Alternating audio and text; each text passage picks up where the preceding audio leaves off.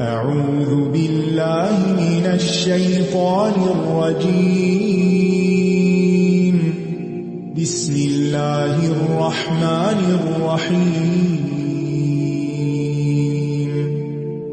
الحمد لله رب العالمين. الرحمن الرحيم. مالك يوم الدين. إياك نعبد وإياك نستعين. اهدنا الصراط المستقيم. صراط الذين أنعمت عليهم غير المغضوب عليهم ولا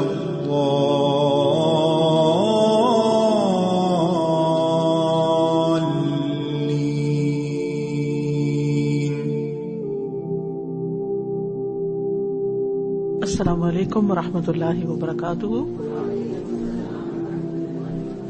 نحمده ونصلي على رسوله الكريم. اما بعد فاعوذ باللہ من الشیطان الرجیم. بسم اللہ الرحمن الرحیم. رب اشرح لي صدری ويسر لي امری واحلل عقدۃ من لسانی یفقهوا قولی. زين للناس حب الشهوات من النساء والبنين والقناطير المقنطرة من الذهب والفضة والخيل المسومة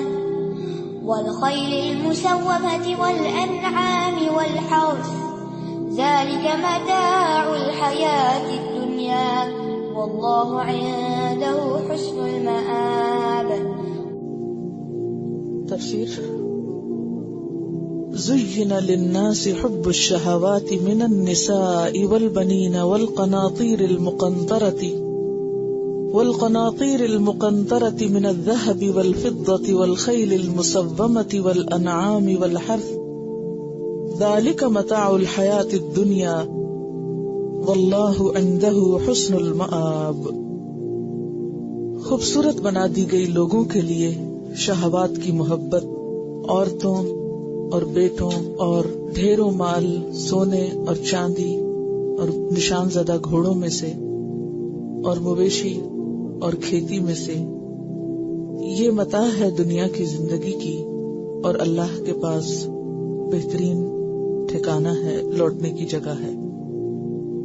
اللہ تعالیٰ نے اس دنیا کو بنایا اور اس دنیا میں جو کچھ ہے وہ انسان کے لیے بنایا. خلق لکم ما فی الارض جمیعا، اور سب کچھ انسان کے فائدے کا بنایا. پھر ان چیزوں میں انسان کے لیے اٹریکشن بھی رکھی، زینت رکھی، ان چیزوں کی محبت رکھی، کیونکہ اگر ان چیزوں میں اٹریکشن نہ ہو تو انسان ان چیزوں کی طرف مائل نہ ہو، ان کو چھوڑ جائے، ان سے فائدہ نہ اٹھائے. لیکن سوال یہ پیدا ہوتا ہے کہ اللہ تعالیٰ نے ان چیزوں کے اندر اتنی زیادہ کشش کیوں رکھی؟ تو اس کی بنیادی وجہ یہی ہے کہ اللہ نے یہ سب کچھ امتحان کے لیے بنایا ہے. دنیا امتحان کی جگہ ہے. اور پھر یہ کہ انسان کو اس دنیا میں رہتے ہوئے اپنے رب کی رضا حاصل کرنے کے لیے جو جد و جہد کرنی ہے وہ بھی انہی چیزوں کے ذریعے یا ان چیزوں کے اندر رہتے ہوئے ہوگی. کیونکہ اگر انسان کے پاس گھر نہ ہو، فیملی نہ ہو، مال نہ ہو، سواری نہ ہو، آمدنی کے ذرائع نہ ہو تو انسان کے لیے نیکی کمانے کے مواقع بھی نہیں رہتے. پھر اسی طرح یہ سب کچھ دے کر انسان سے کیا چاہا کہ انسان اللہ کا شکر گزار ہو. شکر گزاری نعمت پر ہوتی ہے. تو یہ چیزیں جہاں آزمائش ہیں وہاں انسان کے لیے نعمت بھی ہے. اور یہ دیکھا جا رہا ہے کہ کون اس نعمت کو پا کر شکر گزار ہوتا ہے اور کون انہی کے اندر غرق ہو کر اللہ کو بھول جاتا ہے. تو گویا یہ چیزیں ایک طرف امتحان ہے، دوسری طرف نیکی کمانے کا ذریعہ ہے، تیسری طرف آخرت کے درجات کی بلندی کا ذریعہ بھی ہے. اب یہ انسان پر ڈپینڈ کرتا ہے کہ انسان ان چیزوں کو کس راستے میں کیسے استعمال کرتا ہے. تو گویا حب الشہوات ایک جانا پہچانا فیچر ہے، جانی پہچانی چیز ہے، اور ہر دور میں انسانوں کے اندر رہی ہے. یعنی انسان کو دنیا کی چیزوں سے ہمیشہ محبت رہی ہے، کیونکہ دنیا کی چیزوں کی ظاہری چمک دمک انسان کو اپنی طرف کھینچتی ہے، اور یہ ایک پیدائشی جذبہ ہے. بچپن سے ہی آپ دیکھتے ہیں کہ بچہ جو ہی بڑا ہوتا ہے تو ہر وہ چیز جو اس کو اچھی لگتی ہے، خواہ وہ اس کے لیے ڈینجرس ہی کیوں نہ ہو، وہ اس کی طرف لپکتا ہے. کبھی کھلونے اچھے لگتے ہیں تو کبھی اور چیزیں. تو قدیم زمانے سے لے کر آج کے اس انڈسٹریل ریولوشن کے بعد، جبکہ دنیا میں چیزوں کا ایک سیلاب آ گیا ہے اور اٹریکشنز کا ایک سیلاب ہے، ہر دور کے انسان کی یہ کمزوری رہی ہے کہ وہ چیزیں جو انسان کی ضرورت ہیں یا انسان کے دل کو اچھی لگتی ہیں یا جن کی اسے خواہش ہے، وہ ان کی طرف بھاگتا ہے، اور اس چیز سے کوئی بھی خالی نہیں. چونکہ اللہ نے ان چیزوں کی محبت انسانوں کے دلوں میں رکھ دی، تو اس لیے کوئی یہ نہیں کہہ سکتا کہ وہ محبت ہے نہیں، وہ تو ہے. لیکن ایسے موقع پر پھر ایک بندہ مومن کو کیا کرنا چاہیے؟ کیا وہ ان چیزوں کی محبت چھوڑ دے اور تارک الدنیا ہو جائے، یا پھر کوئی اور طریقہ؟ تو ہم دیکھتے ہیں کہ صحابہ کرام نے ان چیزوں کے ساتھ کیا معاملہ کیا. خود نبی صلی اللہ علیہ وسلم نے ان چیزوں کے بارے میں کیا حکم دیا. حضرت عمر فاروق رضی اللہ تعالیٰ عنہ کے سامنے یہ آیت پڑھی گئی تو فتح الباری جو بخاری کی شرح ہے اس میں یہ روایت آتی ہے کہ انہوں نے کہا، اللہم انا لا نستطیع الا ان نفرح بما زینتہ لنا، اللہم انی اسألک ان انفقہ فی حقہ. کیا معنی ہے اس کا؟ اے اللہ، ہم یہ استطاعت نہیں رکھتے کہ ان چیزوں پر خوش نہ ہوں جن میں تو نے ہمارے لیے اٹریکشن رکھ دی. یعنی ان چیزوں کو دیکھ کر ہم ضرور خوش ہوتے ہیں. مثلاً اپنے بچوں کو اور خصوصاً بیٹوں کو دیکھ کے کون خوش نہیں ہوتا، یا مال و دولت کو دیکھ کر یا اس میں اضافہ دیکھ کر کون خوش نہیں ہوتا، یا یہ کہ بہترین سواری کس کو اچھی نہیں لگتی، یا پھر مال و دولت کے ڈھیر اور مویشی جانور اور کھیتیاں اور باغ اور دنیا کا ساز و سامان کس کو اچھا نہیں لگتا؟ سب کو اچھا لگتا ہے. اچھی چیز اچھی ہی لگتی اور اچھی چیز کو اپریشیٹ بھی کرنا چاہیے.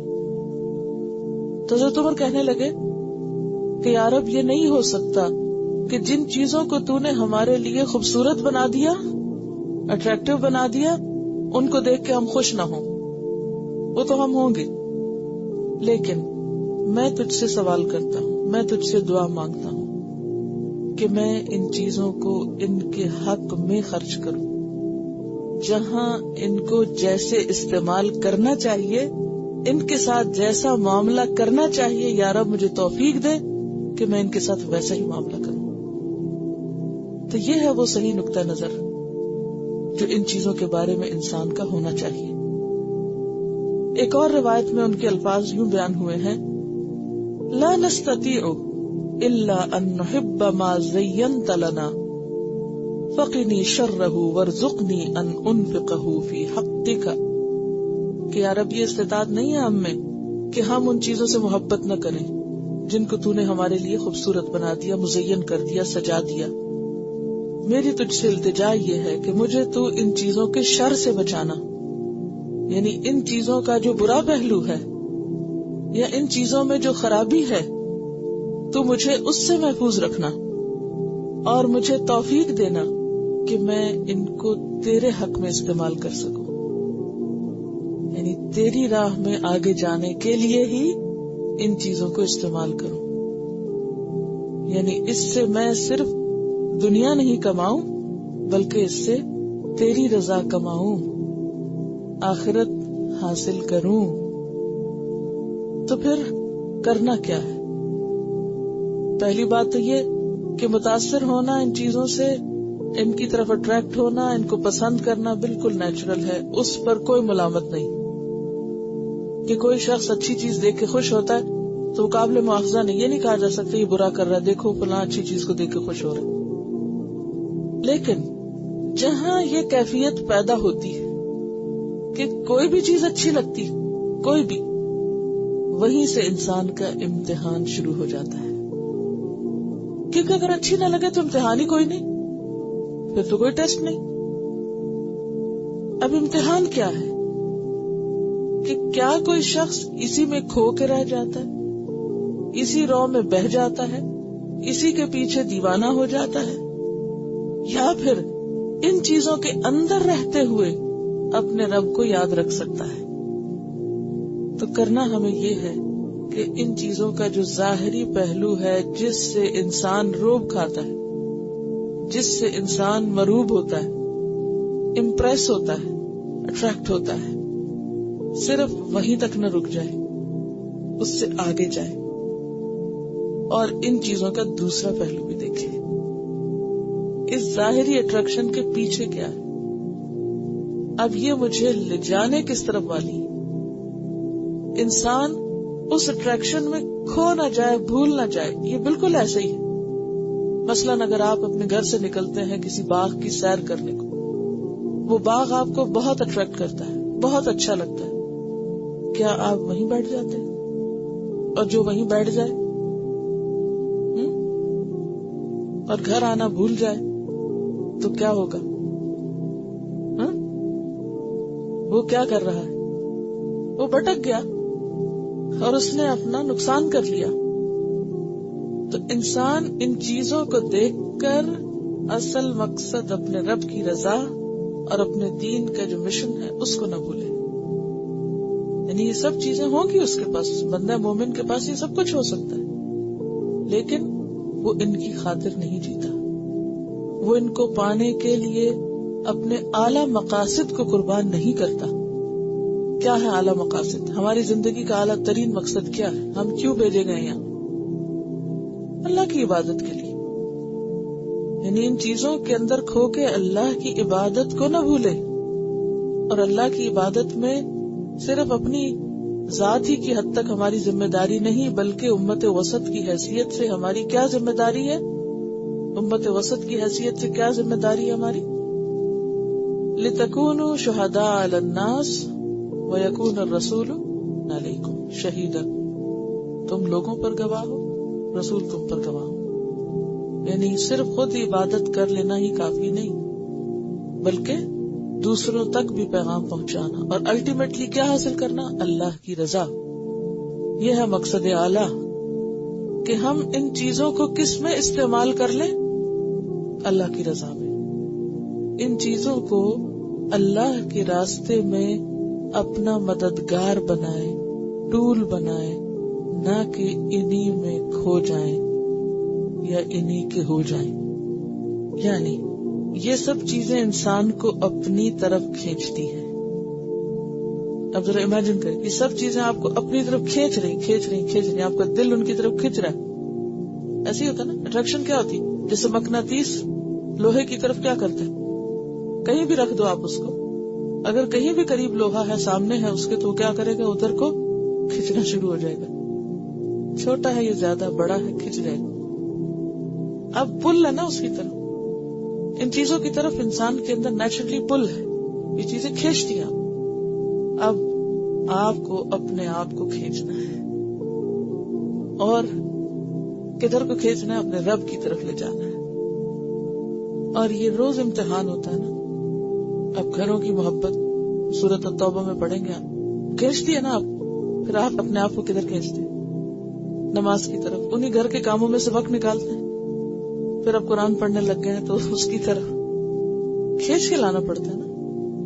آخر چھوڑنا پڑتا ہے، بس اتنا ہی کافی، بہت ہو گیا، اب بس چلو دوسرا کرو. ورنہ دنیا کے کام، مثلاً اگر صرف نماز ہی کی حد تک ذاتی عبادت ہی آپ دیکھ لیں، اس سے اگلے درجے پہ نہ بھی جائیں، ذاتی عبادت بھی دیکھ لیں، تو بھی آپ کو ان چیزوں میں سے خود کو کھینچنا پڑتا ہے. تو یہ ساری چیزیں، چاہے عورت کی محبت ہو یا اولاد کی محبت ہو یا مال کی ہو، کاروبار ہے، بزنس ہے، یہ سونا چاندی ہے، یا پھر گھوڑے ہیں، مویشی جانور ہیں، یا کھیت ہیں، باغ ہیں، یہ سب چیزیں انسان کو اپنی طرف کھینچتی ہیں. اور آج کے دور میں تو اور بھی بہت ساری چیزیں ان سے ملٹی پلائی ہو کے نکل آئی ہیں، وہ بھی اپنی طرف کھینچتی ہیں. ان سب چیزوں کے اندر ہوتے ہوئے مثلاً کمپیوٹر ہے اور اس طرح کی گیمز ہیں، کئی قسم کے اٹریکشنز کے سامان ہیں. آج کی دنیا میں تو زیادہ فتنے ہیں. ٹیلی ویژن ہے، ہر ایک کے لیے الگ الگ آزمائش ہے. یہ سب چیزیں آپ کو اپنی طرف کھینچتی ہیں. آپ بھاگتے ہیں، پہنچتے ہیں سارے کام کر کے فوراً جس کی جو چیز پسندیدہ ہے دوڑتا ہے اس کی طرف. آپ کی جاب ہو سکتی ہے، آپ کا کام ہو سکتا ہے، آپ کا گھر ہو سکتا ہے، بچے ہو سکتے، ہر ایک کا اپنا اپنا شغل شوق ہے نا. تو ہر ایک کا اپنا اپنا ایک شوق اور شغل ہوتا ہے نا. وہ کچھ بھی کر رہا ہے اس کے دماغ میں وہی چل رہی ہے گاڑی، کیا کرنا ہے کیا کرنا ہے. وہ سو رہا ہے، وہ جاگ رہا ہے، وہ چل رہا ہے، وہ پھر رہا ہے، وہ کھا رہا ہے، وہ پی رہا ہے، وہ اٹھ رہا ہے، بیٹھا ہے، وہ قریب ہے، وہ دور ہے، وہ ہزاروں میل کے فاصلے پر ہے، وہ کھینچا ہوا اسی کی طرف. ٹھیک ہے. اچھا، اب یہ کھچاؤ وہ جو آپ کے ہاتھ میں اور وہ جو آپ کے ہاتھ سے باہر ہے، جو ابھی آپ تک پہنچ چکی، دونوں طرح ہوتا ہے نا. کچھ چیزیں تو آپ کے پاس آ گئی اور کچھ ابھی آئی نہیں، تو انسان دونوں کی طرف کھینچتا ہے. اب ان چیزوں کی پل نیچرل ہے اور آپ کا امتحان کیا ہے، دوسری طرف سے آپ کو کھینچنا ہے. اب اس کھینچ میں، اس مقابلے میں جو جیت گیا وہی جیت گیا. سمجھ گئے؟ ٹگ آف وار گیم دیکھی، دو طرف سے لوگ رسی کھینچتے ہیں اور کامیاب کون قرار پاتا ہے؟ جس در زیادہ زور. یہی امتحان ہے. اگر ایمان کی طاقت ہوگی تو ان چیزوں سے آپ اپنے آپ کو نکال لیں گے، بلکہ کیا ان کو بھی ساتھ ہی لے آئیں گے ایمان کے راستے پہ. ساری چیزوں کو ادھر ہی استعمال کر لیں گے. اور اگر ایمان کی طاقت نہیں، آپ کچے ہیں، آپ کمزور ہیں، تو آپ خود ادھر گر پڑیں گے اور ایمان جائے گا اور سب کچھ جائے گا. واضح؟ اب ذرا انڈیویجولی بھی تھوڑا تھوڑا آپ دیکھ لیجئے ان چیزوں کو.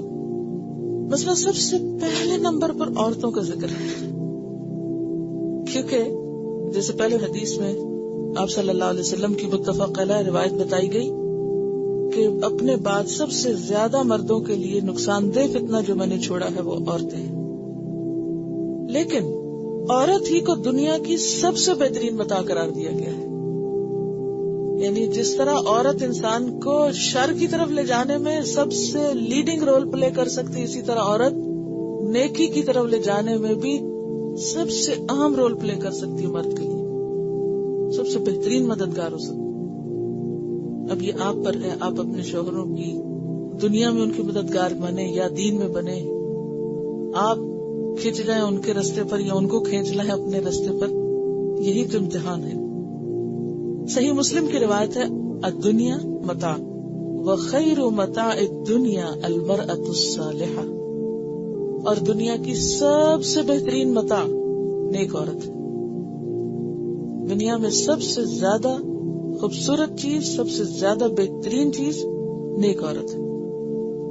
ایک اور حدیث میں آتا ہے، الدنیا متاع وخیر متاعها المرأة الصالحہ، دنیا متاع ہے اور اس کی بہترین متاع نیک عورت ہے. کون ہے وہ نیک عورت؟ ذرا اس کی ڈیفینیشن دیکھیے اور اپنے آپ کو اس پہ رکھ کے دیکھیے. اذا نظر الیہا سرتہ، جب شوہر اس کی طرف دیکھے تو اسے خوش کرے، یعنی کہ موڈ آف کر کے بیٹھی رہے، جواباً مسکرائے، حال حلیہ اچھا بنا کے رکھے. وَإِذَا أَمَرَهَا أَطَاعَتْهُ، اور جب کسی کام کو کہے تو اس کی اطاعت کرے، بات مانے، الا یہ کہ کوئی حرام یا منکر کام کرے. لیکن عام روزمرہ زندگی میں جو جائز درست اچھے کام ہیں ان میں اس کی اطاعت کرے، بات مانے. وَإِذَا غَابَ عَنْهَا، اور وہ جب اس سے دور چلا جائے، غائب ہو جائے، حفظتہ، تو اس کی حفاظت کرے، فی نفسہا ومالہ، اپنی ذات میں اور اس کے مال میں، یعنی گھر بار کی حفاظت بھی کرے اور اپنی عزت، رفت اور ایمان کی حفاظت بھی، حیا کی حفاظت بھی. پھر آپ دیکھیے کہ چاہے عورت اٹریکٹیو ہے لیکن اسے دنیا کی بہترین متاع قرار دیا گیا، اور نبی صلی اللہ علیہ وسلم نے بھی اپنی پسندیدہ ترین چیزوں میں عورت کا ذکر کیا ہے. تو اس سے پتہ چلتا ہے کہ عورت کا پسندیدہ ہونا عورت کے لیے کوئی برائی نہیں ہے. اب اس میں یہ نہیں سوچنا چاہیے کہ چونکہ عورت جو ہے وہ جیسے دوسرے ادیان مذاہب میں کہ وہ شیطان کی چیلی ہے اور معلوم نہیں کیا کیا ہے، مرد کو اس نے جنت سے نکلوایا اور برائی کا مجمع ہے اور گڑھ ہے، اور نہیں، ہمارا دین یہ نہیں کہتا. یعنی عورت کو بری چیز نہیں کہا گیا، اٹریکٹیو کہا گیا، مگر برائی نہیں ہے اس کے اندر، بلکہ اگر وہ نیک ہے تو سب سے بہترین چیز ہے دنیا کی. آپ صلی اللہ علیہ وسلم نے فرمایا، مسند احمد کی روایت ہے، حبب الی من الدنیا، تمہاری دنیا میں سے جو چیز مجھے محبوب ہے، النساء، عورتیں، والطیب، خوشبو، وجعلت قرۃ عینی فی الصلاۃ، اور میری آنکھوں کی ٹھنڈک نماز میں. اب یہ ہے وہ بیلنس، یہ ہے وہ عدل کہ جو رکھنے کی ضرورت ہے کہ اٹریکٹیو چیز اٹریکٹیو ضرور ہے، لیکن آنکھوں کی ٹھنڈک نماز میں، کہ ان چیزوں کے اندر ہوتے ہوئے بھی دل کہاں اٹکا ہوا ہو، مرکز توجہ کیا ہو، دنیا یا آخرت. آخرت دلچسپی کس میں ہو، یعنی لمٹ کیا ہے، اور اس سے آگے ظاہری چیزوں کی کشش سے نکل کر وہ بڑا مقصد نہ بھولے جس کے لیے ہمیں پیدا کیا گیا ہے. پھر اسی طرح دوسری چیز ہے والبنین، بیٹے. اب بیٹوں میں آپ دیکھیے کہ اولاد صدقہ جاریہ بھی ہے، جیسے کہ حدیث میں آتا ہے کہ انسان کا نام اعمال بند ہو جاتا ہے سوائے 3 چیزوں کے، جس میں نمبر 1 کیا ہے، ولد صالح یدعو لہ، نیک اولاد جو ماں باپ کے لیے دعائیں کرے. مرنے کے بعد بہترین چیز جو انسان اپنے پیچھے چھوڑتا ہے، اس کے مال متاع پراپرٹی سے زیادہ بہترین چیز وہ نیک اولاد ہے، جو اسے قبر میں بھی فائدہ دیتی ہے، دعائیں کرتی ہے اس کے لیے. کیونکہ مرنے کے بعد انسان کو کوئی پرواہ نہیں ہوتی اس نے اپنے پیچھے کتنے محلات چھوڑے ہیں، اس کو کس چیز کا انتظار رہتا ہے، دعا کا. اور کسی چیز پر اتنا خوش نہیں ہوتا انسان جتنا اس دعا پر جو اس کی اولاد اس کے لیے کرتی ہے مرنے کے بعد، یا لوگ اس کے لیے کرتے ہیں. اس سے کیا پتہ چلتا ہے کہ بنین یا اولاد جو ہے، بیٹے جو ہیں، اگرچہ فتنہ ہے، جیسے کہ سورۃ التغابن میں کہا گیا، انما اموالکم و اولادکم فتنہ، کہ تمہارے مال اور تمہاری اولاد فتنہ ہیں، لیکن اس فتنے میں خیر بھی ہے. اور وہ کب ہے؟ جب انسان ان کی اچھی تربیت کرے اور وہ اس کے بعد اس کے علم کے، دین کے، اچھے اعمال کے وارث ہوں، اور وہ بعد میں اس کے لیے اچھے کام کرتے رہیں اور پیچھے سے تحفے بھیجتے رہیں نیکیوں کے، دعاؤں کے. ٹھیک ہے. پھر اس کے بعد تیسری چیز، والقناطیر المقنطرہ، مال و دولت. مال و دولت کی محبت جانی پہچانی ہے. وَإِنَّهُ لِحُبِّ الْخَيْرِ لَشَدِيدٌ، انسان مال کی محبت میں بڑا شدید ہے، سخت ہے. حدیث میں آتا ہے، بخاری اور مسلم کی حدیث ہے کہ اگر ابن آدم کے لیے ایک وادی مال کی ہو جائے تو وہ کیا تمنا کرے گا؟ دوسری مل جائے. دوسری مل جائے تو کیا تمنا کرے گا؟ ایک اور مل جائے. اور ابن آدم کا پیٹ مٹی کے سوا کوئی چیز نہیں بھرتی، یعنی مر گئی یہ حسرت ختم ہوتی ہے.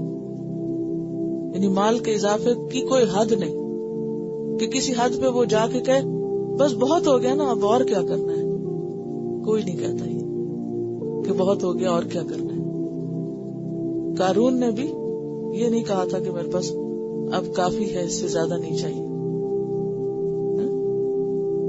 تو مال ہمیشہ انسان کی ایک کمزوری رہا ہے، اور مال بھی فتنہ ہے. انما اموالکم و اولادکم فتنہ، سورۃ التغابن آیت 15. لیکن دوسری طرف حدیث میں آتا ہے، نعم المال الصالح للرجل الصالح، اچھا مال اچھے انسان کے لیے کیا ہی اچھی چیز ہے. کیا مطلب ہے اس کا؟ اچھا مال، کون سا اچھا مال ہوتا ہے؟ المال الصالح، حلال مال. للرجل الصالح، صالح انسان کے لیے، نیک انسان کے لیے کتنا اچھا ہے. کیوں؟ اس لیے کہ نیک انسان حلال مال سے کیا کرنے کے منصوبے بنائے گا؟ نیکی کمانے کے، آخرت کمانے کے، اور نیک جگہوں پر، اچھی جگہوں پر، زیادہ سے زیادہ بہترین جگہوں پر لگا کر بہترین انویسٹمنٹ کرے گا اپنی آخرت کے لیے. تو مال بہت بڑا ذریعہ ہے. جیسے حضرت سلیمان علیہ السلام نے کہا تھا انی احببت حب الخیر عن ذکر ربی، میں نے مال کی محبت اپنے رب کی یاد کی وجہ سے اختیار کی کہ یہ مال مجھے میرے رب کی یاد میں مددگار ہے، اس کے ذریعے میں نیکی کے کام زیادہ سے زیادہ کر سکتا ہوں. تو یہ کیا ہے؟ یہ بھی خیر ہو گیا. ٹھیک ہے. القناطیر المقنطرۃ من الذهب والفضة، اور مرنے کے بعد اولاد کے علاوہ کیا چیز انسان کو فائدہ دیتی ہے؟ وہ مال جو نیکی کے کام میں خرچ کرے انسان، اور وہ اس کے بعد کیا بنے؟ صدقۃ جاریۃ، جاری صدقہ. کسی ایسے اچھے کام میں انسان لگا جائے کہ وہ پھر بعد میں بھی ہوتا رہے، اور اس کا لگا ہوا پیسہ اس کے لیے صدقہ جاریہ بنتا رہے جب تک اس کا فائدہ لوگوں کو پہنچ رہا ہے. خواہ وہ سونا ہو، خواہ وہ چاندی ہو، خواہ وہ کرنسی ہو، کچھ بھی ہو. والخیل المسومہ، اور نشان زدہ گھوڑے. گھوڑے جو ہیں وہ سواری کے لیے سمبل ہے، یعنی سواری کا سامان. آج کے دور میں بھی گھوڑے کی قدر و قیمت کچھ کم نہیں. جیسے ہر دور میں لوگوں نے گھوڑے کو ایک اپنے سٹیٹس کا سمبل بھی بنایا، اور ویسے بھی کیا کیا، سواری کے لیے بھی استعمال کیا. اور آج بھی آپ دیکھیں پہاڑی علاقوں میں، برفانی علاقوں میں، کٹن علاقوں میں، تنگ دشوار گزار گھاٹیوں میں جہاں کوئی گاڑی نہیں جا سکتی، جہاں کوئی سائیکل، کوئی آپ کی مشین نہیں چل سکتی، وہاں کون چلتا ہے؟ گھوڑا چلتا ہے. تو گھوڑا جو ہے یہ ہر دور میں فائدہ مند چیز رہی. حدیث میں آتا ہے کہ اللہ تعالیٰ نے گھوڑے کی پیشانی سے قیامت تک کے لیے خیر باندھ دی. کسی دور میں بھی گھوڑے کی قدر و قیمت کم نہیں ہوگی، ہمیشہ اس سے خیر ہی نکلے گی. لیکن یہ یاد رکھیے کہ گھوڑے بھی 3 طرح کے ہوتے ہیں، سواریاں 3 طرح کی ہوتی ہیں. اب گھوڑے کو میں سواری سے سمبلائز کر کے سواری کی بات کروں، اور وہ 3 طرح کے گھوڑے کیسے ہوتے ہیں حدیث کی روح سے؟ ایک ہے وہ جس سے انسان فی سبیل اللہ کام لیتا ہے، دوسرا وہ جو فخر کا ذریعہ ہے، تیسرا وہ جو ستر ہے. فی سبیل اللہ، اللہ کے راستے میں جانے کے لیے سواری، چاہے وہ جنگ ہو، جہاد ہو، یا طلب علم ہو. مثلاً اگر آپ کے پاس گاڑی نہ ہوتی تو آپ یہاں کیسے پہنچتے؟ نہیں پہنچ سکتے تھے. تو گاڑی کیا ہے؟ آپ کے لیے نیکی کمانے کا ذریعہ بن گئی. قدم قدم پر فرشتے پر بچھاتے ہیں اس راستے کے جہاں سے طالب علم گزرتا ہے. سوچیں، امیجن کریں اس کو. تو وہ گاڑیاں جو دوڑاتے ہیں آپ اس کام میں، وہ بہترین مسلک. اب آپ دیکھیں، ہو سکتا ہے شیطان دل میں خیال ڈالتا اتنا پیٹرول لگ جاتا ہے، اتنی گیس خرچ ہو جاتی ہے، اتنا بل بڑھ گیا مہینے کا، بجٹ میں اضافہ ہو گیا. جب ہم اپنے گھر کے کام سے نکلتے ہیں کبھی خیال نہیں آتا کہ کچھ خرچ ہو رہا ہے. لیکن آخر کیوں کہ جب نیکی کے کام کے لیے نکلے تو ہم بار بار میٹر دیکھتے رہے. یہ شیطان ہے نا جو انسان کو بہکاتا. حالانکہ جو چیزیں آپ دنیا کے لیے خرچ کرتے ہیں وہ تو رہ جائیں گی پیچھے، آگے تو یہی جانا ہے. تو ایسا جو فی سبیل اللہ استعمال ہوتا ہے وہ انسان کے لیے اجر ہے. تو پہلی قسم کا گھوڑا باعث اجر ہے. ٹھیک ہے، کون سا گھوڑا باعث اجر ہے؟ کون سی سواری باعث اجر ہے؟ جو فی سبیل اللہ استعمال ہو، اللہ کے راستے میں، اللہ کی خاطر، اللہ کی رضا کے لیے، کوئی ذاتی دنیاوی مقصد کچھ نہیں. دوسرا ہے فخر. فخر کے لیے کیا ہے؟ دوسرا گھوڑا ہے باعث فخر، صرف لوگوں کو دکھانے کے لیے، شو آف کے لیے، صرف نیا سے نیا ماڈل اور اچھے سے اچھا برانڈ، صرف دکھاوے کے لیے. اس کو حدیث میں کہا گیا وزر. وزر کس کو کہتے ہیں؟ بوجھ ہے یہ. کیوں بوجھ ہے؟ کل قیامت کا حساب دینا پڑے گا. اس لیے تھوڑی دیا تھا تمہیں مال کہ روز تم نئے گاڑی لے کے دوسروں کے اوپر فخر جتاؤ اور لوگوں کے دل ملول کرو. یعنی اگر خاص طور پہ کسی کو چڑھانا اور دکھانا اس طرح مقصود ہو کہ اس کو ہم ذرا بتائیں تو صحیح کہ ہماری کیا حیثیت ہے، صرف اپنی حیثیت نمایاں کرنے کے لیے، تو وہ باعث پکڑ ہے، وزر ہے. اور تیسرا ہے ستر. ستر کیا ہے؟ جو انسان کی ضروریات کے لیے ہوتا ہے. مثلاً آپ گاڑی پہ بیٹھ کے جاتے ہیں گروسری کرنے، سامان لانے، ادھر ادھر کی ضروریات پوری کرنے، تو یہ کیا ہے؟ ستر. یعنی اس نے آپ کو مشکل سے بچایا ہوا ہے. ستر ہوتا ہے نا ڈھانپنا، پروٹیکشن، یعنی آپ کے لیے کیا ہے؟ ایک آسانی کا ذریعہ ہے.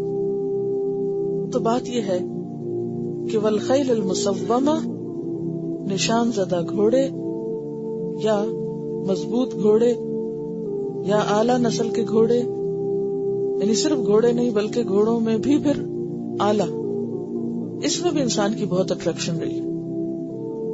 والانعام، اور مویشی جانور.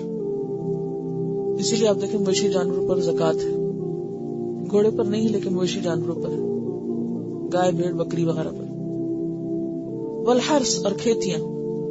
کھیتیوں میں ہر طرح کی کھیتی، ہر قسم کی زراعت، چاہے وہ پھل ہو، چاہے وہ اناج ہو، سبزی ہو، کچھ بھی ہو، جو کچھ بھی زمین اگاتی. اب آپ دیکھیں کہ ان سب چیزوں کی محبت انسان کے دل میں جم گئی. ذالک متاع الحیات الدنیا، لیکن انسان کو کیا بتا دیا گیا کہ یہ دنیا کی زندگی کا متاع ہے، چند دن کے لیے ہے، جتنا بھی ہے تھوڑے دن کے لیے، بہت مختصر، بہت محدود، لمیٹڈ، ہمیشہ کے لیے نہیں ہے. اور سخت امتحان کے لیے کہ انسان ان چیزوں کے اندر گھر جاتا ہے یا ان چیزوں کو نیکی کے راستے میں استعمال کرتا ہے. اور یہ بھی یاد رکھیں، حدیث میں آتا ہے حفت الجنت بالمکارہ وحفت النار بالشہوات. حفت الجنت، جنت گھیر دی گئی ہے کس چیز سے؟ ناپسندیدہ چیزیں، جو انسان کی طبیعت کے خلاف ہوتی ہے، مرضی کے خلاف. اور حفت النار، آگ گھیر دی گئی ہے کس سے؟ بالشہوات، ایسی ہی خواہشات سے، ان چیزوں کی اٹریکشن، کہ ان چیزوں کے پیچھے بھاگتے بھاگتے انسان جا گرتا ہے اس کھڈے میں. صحیح مسلم کی روایت ہے. اب انسان پھر کیا کرے؟ انسان ان چیزوں کا استعمال تو ضرور کرے، لیکن ان کی محبت انسان کے دل میں نہ گر جائے. جیسے اس کشتی کی مثال ہے نا، ایک فارسی کا شعر ہے، مولانا رومی فرماتے ہیں آب اندر زیر کشتی پشتی است، آب در کشتی ہلا کے کشتی است. کہ پانی جب تک کشتی کے نیچے ہوتا ہے وہ اس کے لیے چلنے کا ذریعہ بنتا ہے. پانی کے بغیر کشتی چل ہی نہیں سکتی. تو ان چیزوں کے بغیر دنیا کے کام نہیں چلتے. ایسا ہی ہے نا، اب ایک مرد کو شادی بھی کرنی، عورت چاہیے، اولاد چاہیے، مال، بزنس چاہیے، عورتوں کو خاص طور پہ سونا چاندی چاہیے، پھر سواری چاہیے، مویشی کھانے پینے کے لیے اور ضروریات زندگی پوری کرنے کے لیے، باغ، کھیتیاں، چاہے ڈائریکٹلی نہیں بھی اگر ہمیں چاہیے تو انڈائریکٹلی وہ ساری پروڈکٹ تو چاہیے. میٹ اینڈ فوڈ جو ہے وہ ساری کہاں سے آتی ہے؟ آپ کی زمینوں سے آتی ہے. تو ہر یعنی ایک تو ڈائریکٹ مالک ہونا اور ایک یہ کہ اس کی زراعت کا آپ کے پاس آنا ہے. یہ سب کچھ چاہیے. اس کے بغیر گاڑی نہیں چل سکتی زندگی کی، یا کشتی نہیں چلتی آپ کی. لیکن آپ در کشتی، پانی جب کشتی کے اندر آ جائے تو ہلاک کشتی است، اس سے کشتی ہلاک ہو جاتی. وہی پانی جو کشتی کو چلاتا ہے اگر کشتی کے اندر داخل ہو جائے تو کشتی ڈوب جاتی ہے. بالکل اسی طرح دنیا ہمارے لیے، سب کے لیے بہت ضروری ہے، لیکن جب دنیا کی محبت دل میں اس طرح گھر کر جائے کہ انسان کو رب بھول جائے، اپنا مقصد اعلیٰ بھول جائے، تو پھر کیا ہوتا ہے؟ ہلاکت کا ذریعہ بن جاتا ہے. فرمایا یہ سب کیا ہے؟ دنیا کی زندگی کا متاع. واللہ عندہ حسن المآب، اور اللہ کے پاس بہت اچھا ٹھکانہ ہے. اس لیے ہمیں کیا دعا مانگنی چاہیے؟ ربنا آتنا فی الدنیا حسنۃ وفی الآخرۃ حسنۃ وقنا عذاب النار. دنیا میں بھی بھلائی دے اور آخرت میں بھی بھلائی دے، یعنی جنت نصیب کر. اعوذ باللہ من الشیطان الرجیم. بسم اللہ الرحمن الرحیم. الحمد للہ رب العالمین الرحمن الرحیم مالک یوم الدین. ایاک نعبد و ایاک نستعین. اهدنا الصراط المستقيم صراط الذين أنعمت عليهم غير المغضوب عليهم ولا الضالين.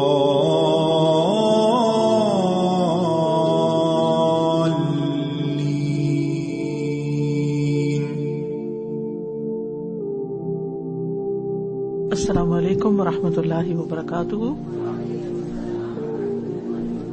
نحمده ونصلی علی رسولہ الکریم. اما بعد فاعوذ باللہ من الشیطان الرجیم. بسم اللہ الرحمن الرحیم. رب اشرح لی صدری ویسر لی امری واحلل عقدۃ من لسانی یفقهوا قولی.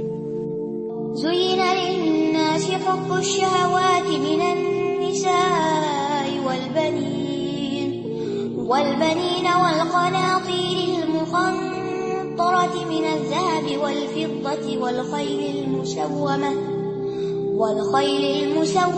والأنعام والحرث ذلك متاع الحياة الدنيا والله عنده حسن المآب.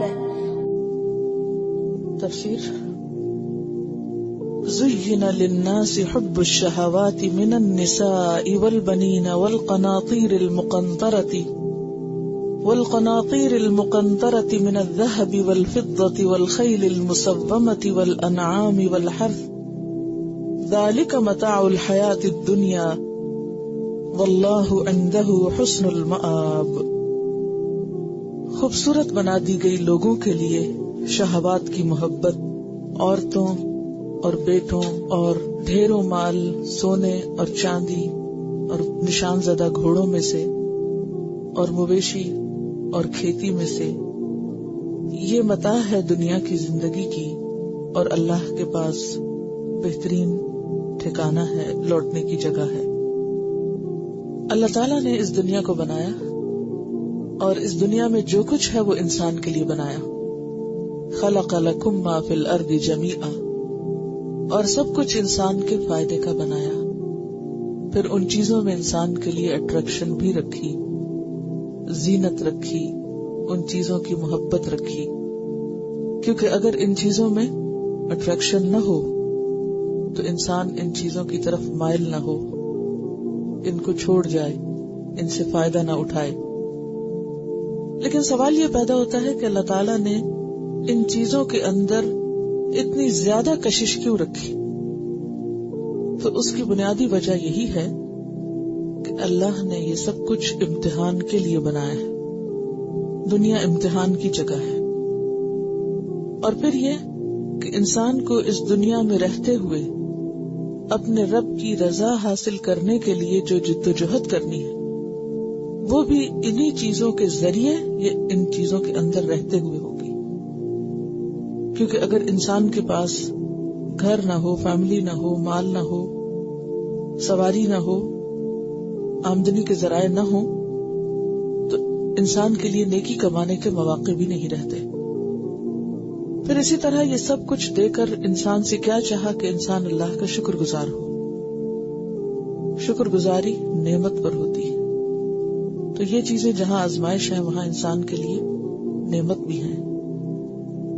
اور یہ دیکھا جا رہا ہے کہ کون اس نعمت کو پا کر شکر گزار ہوتا ہے اور کون انہی کے اندر غرق ہو کر اللہ کو بھول جاتا ہے. تو گویا یہ چیزیں ایک طرف امتحان ہے، دوسری طرف نیکی کمانے کا ذریعہ ہے، تیسری طرف آخرت کے درجات کی بلندی کا ذریعہ بھی ہے. اب یہ انسان پر ڈپینڈ کرتا ہے کہ انسان ان چیزوں کو کس راستے میں کیسے استعمال کرتا ہے. تو گویا حب الشہوات ایک جانا پہچانا فیچر ہے، جانی پہچانی چیز ہے، اور ہر دور میں انسانوں کے اندر رہی ہے. یعنی انسان کو دنیا کی چیزوں سے ہمیشہ محبت رہی ہے، کیونکہ دنیا کی چیزوں کی ظاہری چمک دمک انسان کو اپنی طرف کھینچتی ہے، اور یہ ایک پیدائشی جذبہ ہے. بچپن سے ہی آپ دیکھتے ہیں کہ بچہ جو ہی بڑا ہوتا ہے تو ہر وہ چیز جو اس کو اچھی لگتی ہے، خواہ وہ اس کے لیے ڈینجرس ہی کیوں نہ ہو، وہ اس کی طرف لپکتا ہے. کبھی کھلونے اچھے لگتے ہیں تو کبھی اور چیزیں.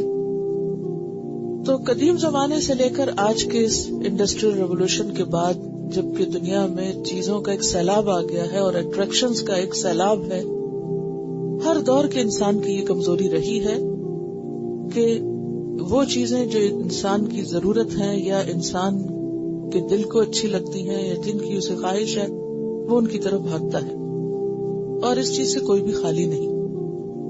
چونکہ اللہ نے ان چیزوں کی محبت انسانوں کے دلوں میں رکھ دی، تو اس لیے کوئی یہ نہیں کہہ سکتا کہ وہ محبت ہے نہیں، وہ تو ہے. لیکن ایسے موقع پر پھر ایک بندہ مومن کو کیا کرنا چاہیے؟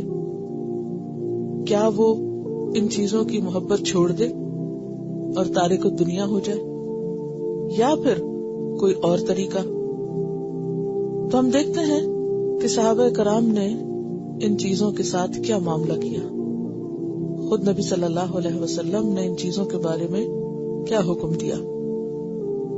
حضرت عمر فاروق رضی اللہ تعالیٰ عنہ کے سامنے یہ آیت پڑھی گئی تو فتح الباری جو بخاری کی شرح ہے اس میں یہ روایت آتی ہے کہ انہوں نے کہا، اللہم انا لا نستطیع الا ان نفرح بما زینتہ لنا، اللہم انی اسألک ان انفقہ فی حقہ.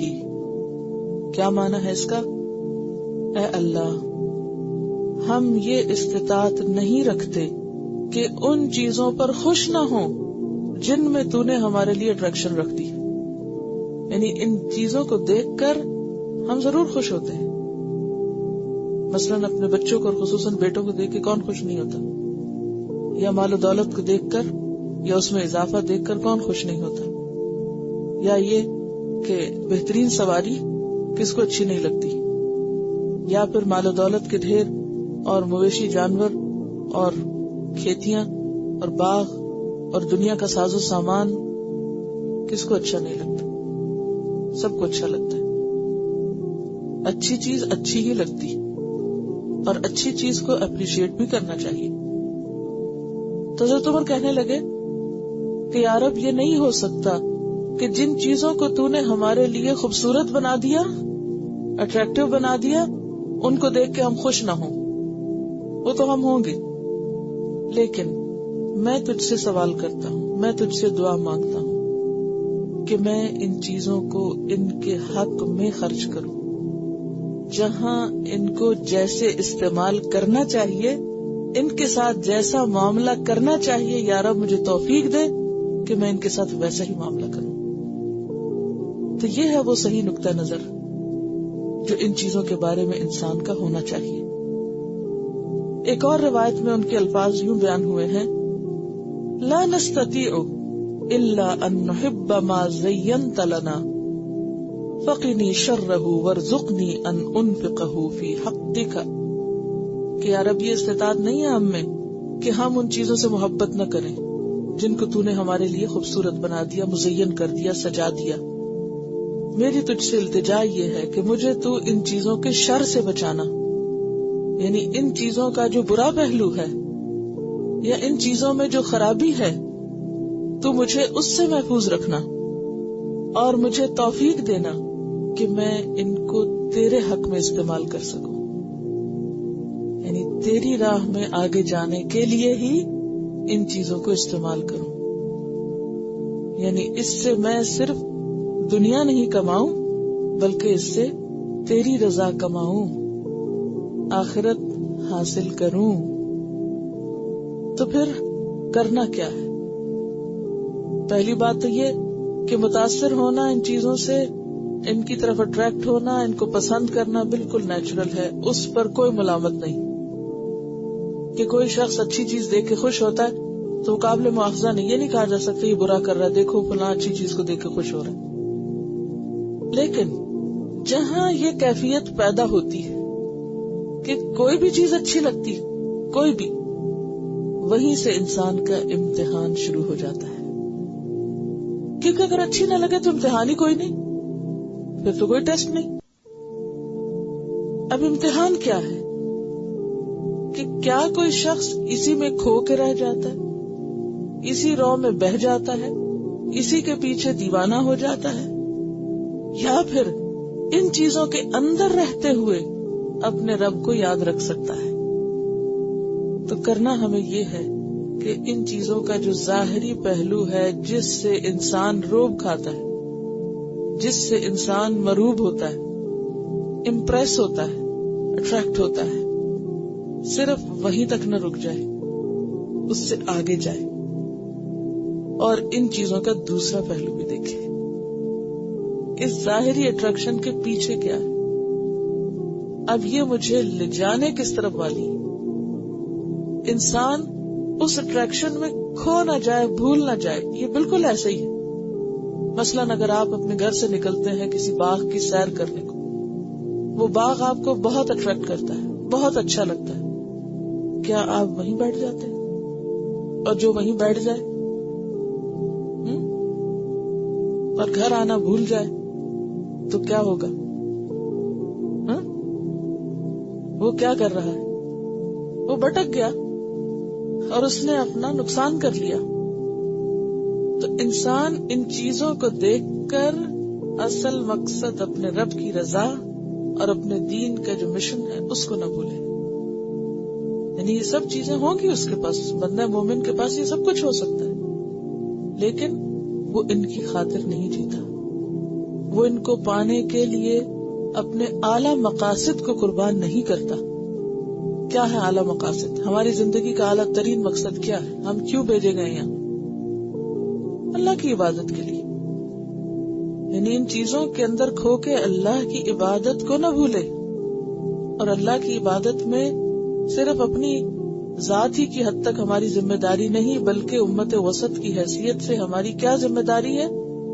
امت وسط کی حیثیت سے کیا ذمہ داری ہے ہماری؟ لِتَكُونُوا شُهَدَاءَ عَلَى النَّاسِ وَيَكُونَ الرَّسُولُ عَلَيْكُمْ شَهِيدًا۔ تم لوگوں پر گواہ ہو، رسول تم پر گواہ ہو۔ یعنی صرف خود عبادت کر لینا ہی کافی نہیں، بلکہ دوسروں تک بھی پیغام پہنچانا، اور الٹیمیٹلی کیا حاصل کرنا؟ اللہ کی رضا۔ یہ ہے مقصد اعلیٰ، کہ ہم ان چیزوں کو کس میں استعمال کر لیں؟ اللہ کی رضا میں۔ ان چیزوں کو اللہ کے راستے میں اپنا مددگار بنائے، ٹول بنائے، نہ کہ انہی میں کھو جائیں یا انہی کے ہو جائیں۔ یعنی یہ سب چیزیں انسان کو اپنی طرف کھینچتی ہیں۔ اب ذرا امیجن کریں، یہ سب چیزیں آپ کو اپنی طرف کھینچ رہی، آپ کا دل ان کی طرف کھینچ رہا ہے۔ ایسے ہی ہوتا نا، اٹریکشن کیا ہوتی؟ جیسے مقناطیس لوہے کی طرف کیا کرتا ہے؟ کہیں بھی رکھ دو آپ اس کو، اگر کہیں بھی قریب لوہا ہے، سامنے ہے اس کے، تو کیا کرے گا؟ ادھر کو کھینچنا شروع ہو جائے گا۔ چھوٹا ہے یہ زیادہ، بڑا ہے کھینچ جائے گا۔ اب پل ہے نا اس کی طرف، ان چیزوں کی طرف انسان کے اندر نیچرلی پل ہے، یہ چیزیں کھینچتی ہیں۔ اب آپ کو اپنے آپ کو کھینچنا ہے، اور کدھر کو کھینچنا ہے؟ اپنے رب کی طرف لے جانا ہے۔ اور یہ روز امتحان ہوتا ہے نا۔ اب گھروں کی محبت سورۃ التوبہ میں پڑھیں گے، آپ کھینچتی ہے نا آپ، پھر آپ اپنے آپ کو کدھر کھینچتے ہیں؟ نماز کی طرف۔ انہی گھر کے کاموں میں سے وقت نکالتے ہیں، پھر اب قرآن پڑھنے لگ گئے ہیں تو اس کی طرف کھینچ کے لانا پڑتا ہے نا، آخر چھوڑنا پڑتا ہے، بس اتنا ہی کافی، بہت ہو گیا، اب بس چلو دوسرا کرو۔ ورنہ دنیا کے کام مثلاً اگر صرف نماز ہی کیا تک ذاتی عبادت ہی آپ دیکھ لیں، اس سے اگلے درجے پہ نہ بھی جائیں، ذاتی عبادت بھی دیکھ لیں، تو بھی آپ کو ان چیزوں میں سے خود کو کھینچنا پڑتا ہے. تو یہ ساری چیزیں چاہے عورت کی محبت ہو یا اولاد کی محبت ہو یا مال کی ہو، کاروبار ہے، بزنس ہے، یا سونا چاندی ہے، یا پھر گھوڑے ہیں، مویشی جانور ہیں، یا کھیت ہیں، باغ ہیں، یہ سب چیزیں انسان کو اپنی طرف کھینچتی ہیں.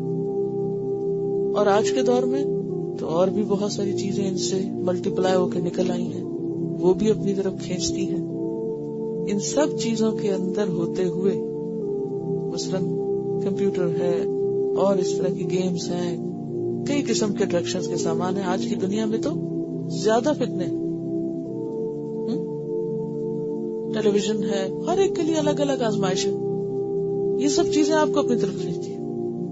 آپ بھاگتے ہیں، پہنچتے ہیں، سارے کام کر کے فوراً جس کی جو چیز پسندیدہ ہے دوڑتا ہے اس کی طرف.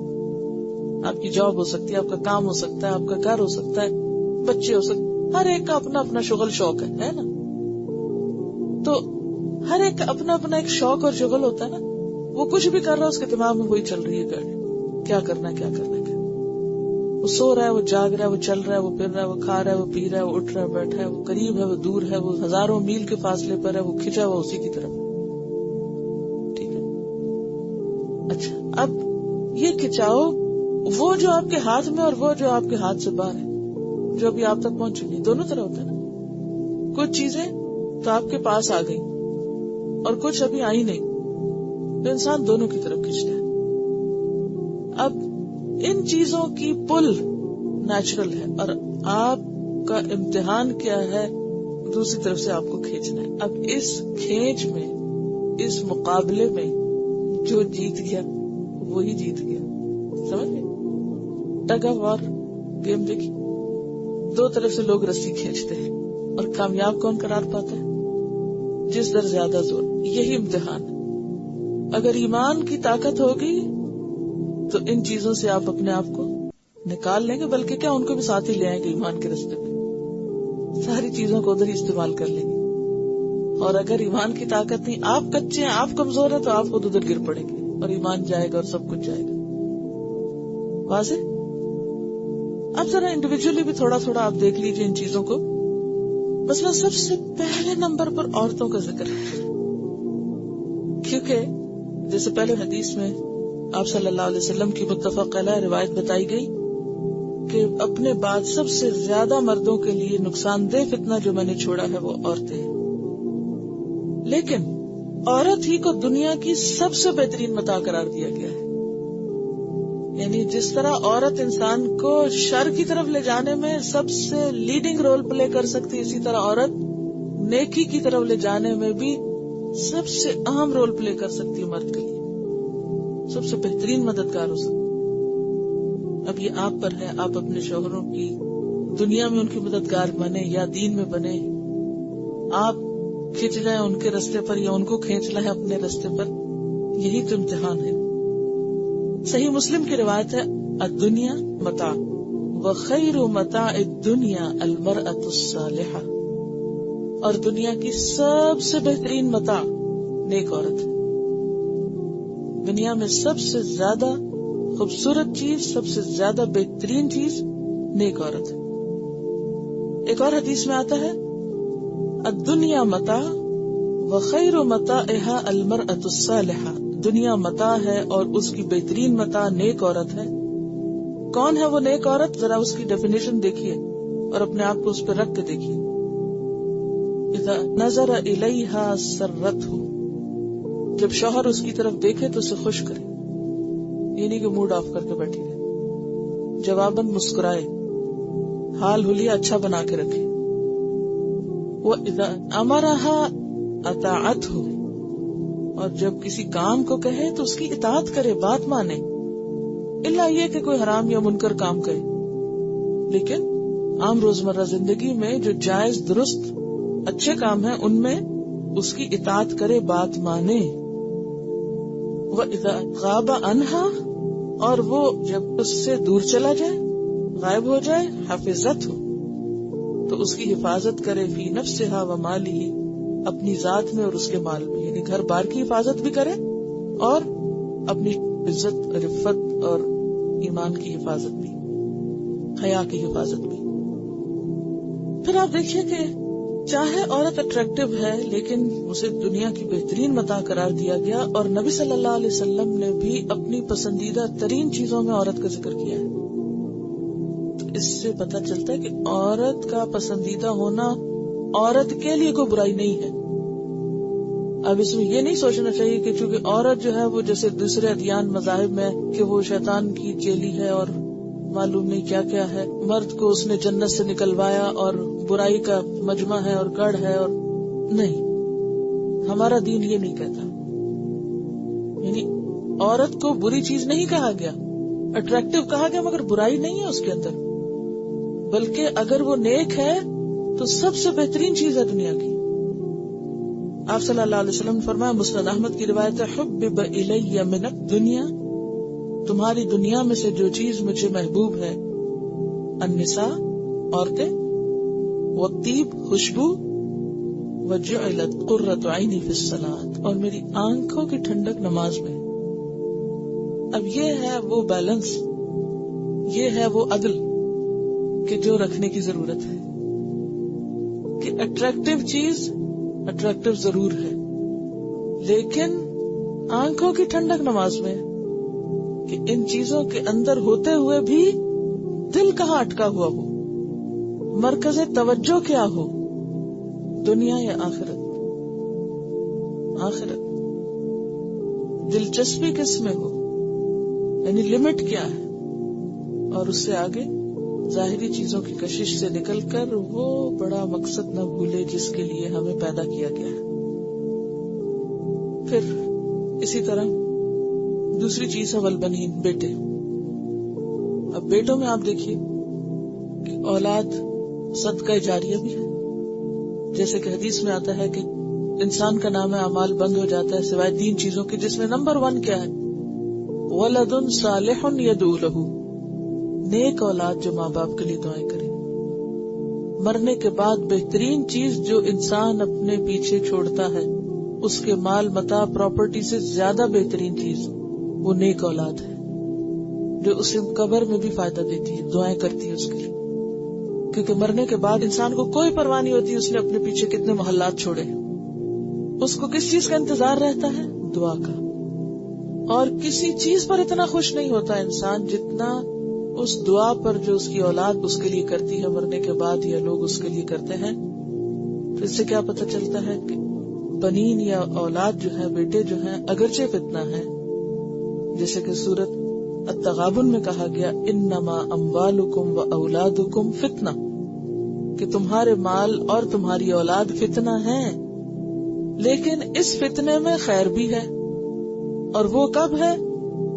جب انسان ان کی اچھی تربیت کرے اور وہ اس کے بعد اس کے علم کے، دین کے، اچھے اعمال کے وارث ہوں، اور وہ بعد میں اس کے لیے اچھے کام کرتے رہیں اور پیچھے سے تحفے بھیجتے رہیں نیکیوں کے، دعاؤں کے۔ ٹھیک ہے۔ پھر اس کے بعد تیسری چیز والقناطیر المقنطرہ، مال و دولت۔ مال و دولت کی محبت جانی پہچانی ہے، وَإِنَّهُ لِحُبِّ الْخَيْرِ لَشَدِيدٌ، انسان مال کی محبت میں بڑا شدید ہے، سخت ہے۔ حدیث میں آتا ہے، بخاری اور مسلم کی حدیث ہے کہ اگر ابن آدم کے لیے ایک وادی مال کی ہو جائے تو وہ کیا تمنا کرے گا؟ دوسری مل جائے، دوسری مل جائے تو کیا تمنا کرے گا؟ ایک اور مل جائے۔ اور ابن آدم کا پیٹ مٹی کے سوا کوئی چیز نہیں بھرتی، یعنی مر کے ہی یہ حسرت ختم ہوتی ہے۔ یعنی مال کے اضافے کی کوئی حد نہیں کہ کسی حد پہ وہ جا کے کہے بس بہت ہو گیا نا، اب اور کیا کرنا ہے۔ کوئی نہیں کہتا یہ کہ بہت ہو گیا اور کیا کرنا ہے۔ قارون نے بھی یہ نہیں کہا تھا کہ میرے پاس اب کافی ہے، اس سے زیادہ نہیں چاہیے۔ تو مال ہمیشہ انسان کی ایک کمزوری رہا ہے، اور مال بھی فتنہ ہے۔ انما اموالکم و اولادکم فتنہ، سورۃ التغابن آیت 15۔ لیکن دوسری طرف حدیث میں آتا ہے نعم المال الصالح للرجل الصالح، اچھا مال اچھے انسان کے لیے کیا ہی اچھی چیز ہے. کیا مطلب ہے اس کا؟ اچھا مال، کون سا اچھا مال ہوتا ہے؟ المال الصالح، حلال مال. للرجل الصالح، صالح انسان کے لیے، نیک انسان کے لیے کتنا اچھا ہے. کیوں؟ اس لیے کہ نیک انسان حلال مال سے کیا کرنے کے منصوبے بنائے گا؟ نیکی کمانے کے، آخرت کمانے کے، اور نیک جگہوں پر، اچھی جگہوں پر، زیادہ سے زیادہ بہترین جگہوں پر لگا کر بہترین انویسٹمنٹ کرے گا اپنی آخرت کے لیے. تو مال بہت بڑا ذریعہ ہے. جیسے حضرت سلیمان علیہ السلام نے کہا تھا انی احببت حب الخیر عن ذکر ربی، میں نے مال کی محبت اپنے رب کی یاد کی وجہ سے اختیار کی، کہ یہ مال مجھے میرے رب کی یاد میں مددگار ہے، اس کے ذریعے میں نیکی کے کام زیادہ سے زیادہ کر سکتا ہوں. تو یہ کیا ہے؟ یہ بھی خیر ہو گیا. ٹھیک ہے. القناطیر المقنطرۃ من الذهب والفضۃ، اور مرنے کے بعد اولاد کے علاوہ کیا چیز انسان کو فائدہ دیتی ہے؟ وہ مال جو نیکی کے کام میں خرچ کرے انسان، اور وہ اس کے بعد کیا بنے؟ صدقۃ جاریۃ، جاری صدقہ. کسی ایسے اچھے کام میں انسان لگا جائے کہ وہ پھر بعد میں بھی ہوتا رہے، اور اس کا لگا ہوا پیسہ اس کے لیے صدقہ جاریہ بنتا رہے جب تک اس کا فائدہ لوگوں کو پہنچ رہا ہے. خواہ وہ سونا ہو، خواہ وہ چاندی ہو، خواہ وہ کرنسی ہو، کچھ بھی ہو. والخیل المسومہ، اور نشان زدہ گھوڑے. گھوڑے جو ہیں وہ سواری کے لیے سمبل ہے، یعنی سواری کا سامان. آج کے دور میں بھی گھوڑے کی قدر و قیمت کچھ کم نہیں. جیسے ہر دور میں لوگوں نے گھوڑے کو ایک اپنے اسٹیٹس کا سمبل بھی بنایا، اور ویسے بھی کیا کیا، سواری کے لیے بھی استعمال کیا. اور آج بھی آپ دیکھیں پہاڑی علاقوں میں، برفانی علاقوں میں، کٹن علاقوں میں، تنگ دشوار گزار گھاٹیوں میں جہاں کوئی گاڑی نہیں جا سکتی، جہاں کوئی سائیکل، کوئی آپ کی مشین نہیں چل سکتی، وہاں کون چلتا ہے؟ گھوڑا چلتا ہے. تو گھوڑا جو ہے یہ ہر دور میں فائدہ مند چیز رہی. حدیث میں آتا ہے کہ اللہ تعالیٰ نے گھوڑے کی پیشانی سے قیامت تک کے لیے خیر باندھ دی. کسی دور میں بھی گھوڑے کی قدر و قیمت کم نہیں ہوگی، ہمیشہ اس سے خیر ہی نکلے گی. لیکن یہ یاد رکھیے کہ گھوڑے بھی 3 طرح کے ہوتے ہیں، سواریاں 3 طرح کی ہوتی. اب گھوڑے کو میں سواری سے سمبلائز کر کے سواری کی بات کروں. اور وہ 3 طرح کے گھوڑے کیسے ہوتے ہیں حدیث کی روح سے؟ ایک ہے وہ جس سے انسان فی سبیل اللہ کام لیتا ہے، دوسرا وہ جو فخر کا ذریعہ ہے، تیسرا وہ جو ستر ہے. فی سبیل اللہ، اللہ کے راستے میں جانے کے لیے سواری، چاہے وہ جنگ ہو، جہاد ہو، یا طلب علم ہو. مثلاً اگر آپ کے پاس گاڑی نہ ہوتی تو آپ یہاں کیسے پہنچتے؟ نہیں پہنچ سکتے تھے. تو گاڑی کیا ہے آپ کے لیے؟ نیکی کمانے کا ذریعہ بن گئی.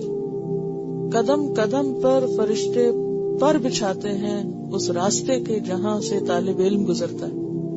ذرا سوچیں، امیجن کریں اس کو. تو وہ گاڑیاں جو دوڑاتے ہیں آپ اس کام میں، وہ بہترین مصرف. اب آپ دیکھیں، ہو سکتا ہے شیطان دل میں خیال ڈالتا ہے اتنا پیٹرول لگ جاتا ہے، اتنی گیس خرچ ہو جاتی ہے، اتنا بل بڑھ گیا مہینے کا، بجٹ میں اضافہ ہو گیا. جب ہم اپنے گھر کے کام سے نکلتے ہیں کوئی خیال نہیں آتا کہ کچھ خرچ ہو رہا ہے. لیکن آخر کیوں کہ جب نیکی کے کام کے لیے نکلے تو ہم بار بار میٹر دیکھتے رہے. یہ شیطان ہے نا جو انسان کو بہکا. حالانکہ جو چیزیں آپ دنیا کے لیے خرچ کرتے ہیں وہ تو رہ جائیں گی پیچھے، آگے تو یہی جانا ہے. تو ایسا جو فی سبیل اللہ استعمال ہوتا ہے وہ انسان کے لیے اجر ہے. تو پہلی قسم کا گھوڑا باعث اجر ہے. ٹھیک ہے، کون سا گھوڑا باعث اجر ہے؟ کون سی سواری باعث اجر ہے؟ جو فی سبیل اللہ استعمال ہو، اللہ کے راستے میں، اللہ کی خاطر، اللہ کی رضا کے لیے، کوئی ذاتی دنیاوی مقصد کچھ نہیں. دوسرا ہے فخر. فخر کے لیے کیا ہے؟ دوسرا گھوڑا ہے باعث فخر.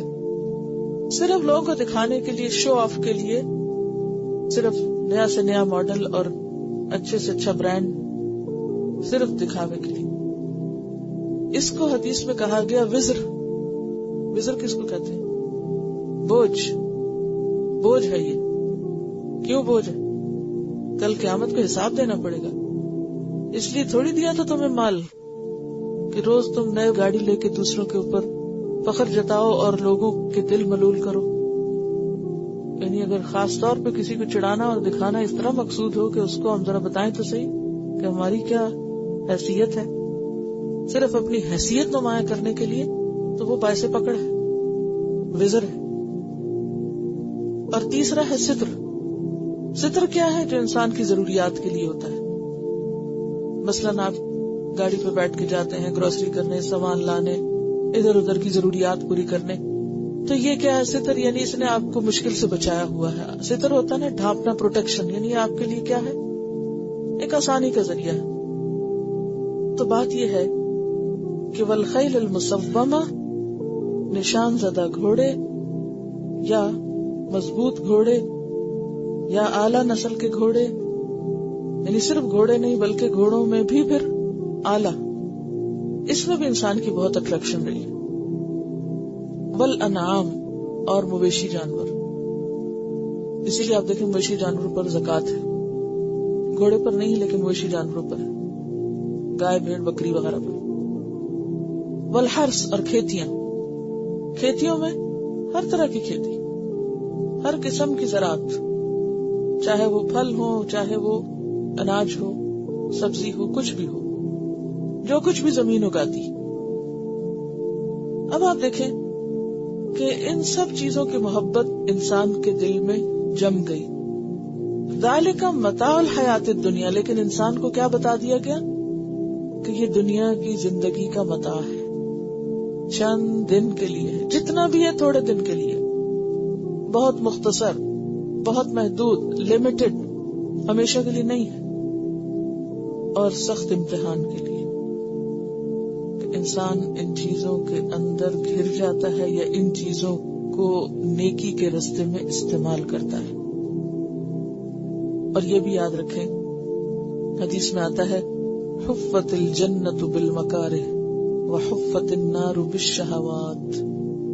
حفت الجنت، جنت گھیر دی گئی ہے کس چیز سے؟ ناپسندیدہ چیزیں، جو انسان کی طبیعت کے خلاف ہوتی ہے، مرضی کے خلاف. اور حفت النار، آگ گھیر دی گئی ہے کس سے؟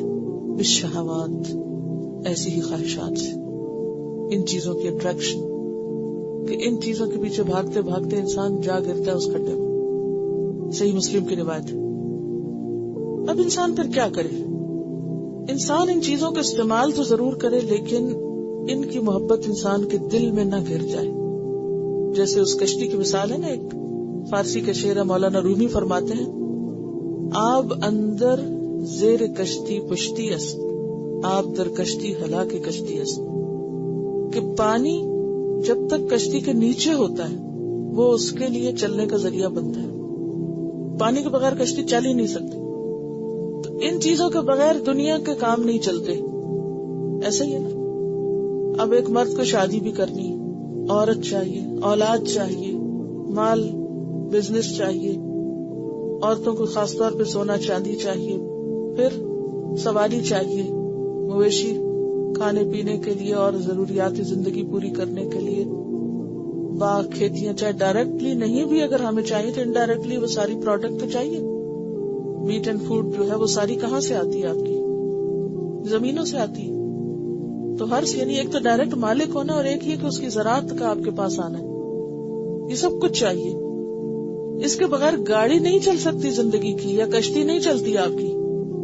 لیکن آپ در کشتی، پانی جب کشتی کے اندر آ جائے تو ہلاک کشتی است، اس سے کشتی ہلاک ہو جاتی. وہی پانی جو کشتی کو چلاتا ہے اگر کشتی کے اندر داخل ہو جائے تو کشتی ڈوب جاتی ہے. بالکل اسی طرح دنیا ہمارے لیے، سب کے لیے بہت ضروری ہے، لیکن جب دنیا کی محبت دل میں اس طرح گھر کر جائے کہ انسان کو رب بھول جائے، اپنا مقصد اعلیٰ بھول جائے، تو پھر کیا ہوتا ہے؟ ہلاکت کا ذریعہ بن جاتا ہے۔ فرمایا یہ سب کیا ہے؟ دنیا کی زندگی کا متاع۔ واللہ عندہ حسن المآب، اور اللہ کے پاس بہت اچھا ٹھکانہ ہے۔ اس لیے ہمیں کیا دعا مانگنی چاہیے؟ ربنا آتنا فی الدنیا حسنۃ وفی الآخرۃ حسنۃ وقنا عذاب النار۔